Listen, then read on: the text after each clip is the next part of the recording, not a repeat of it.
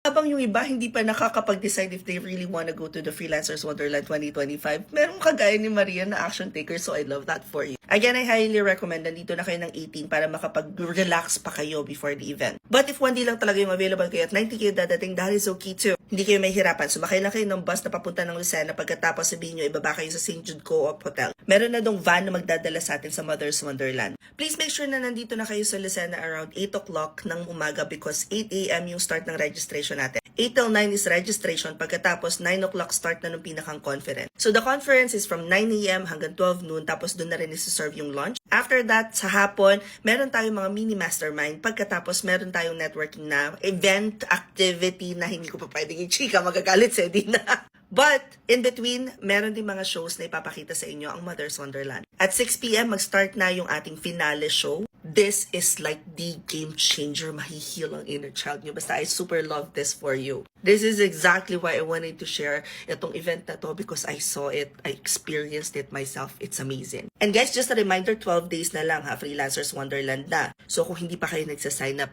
what if halimbawa lang today is the day that you decide? Before the event, magkakaroon kayo ng WhatsApp na group channel. So makaka-connect kayo at makakapag-start na kayo mag-network with other freelancers na kasali sa event. And if your excuse is that you're too busy, this is actually why we need you at the Freelancers Wonderland. The conference is designed for impact. It will give you tools and insights kung paano mo nga bang mas-streamline yung process mo as a freelancer. So kung gusto mo maging sustainable yung business mo at gusto mo eventually ma-automate mo na yung mga ginagawa mo ngayon ng mano-mano pa, I highly recommend that you join the Freelancers Wonderland 2025. I'm super excited to meet everyone. Comment any questions you guys have about working from home. Follow for more work from home chismes. See you!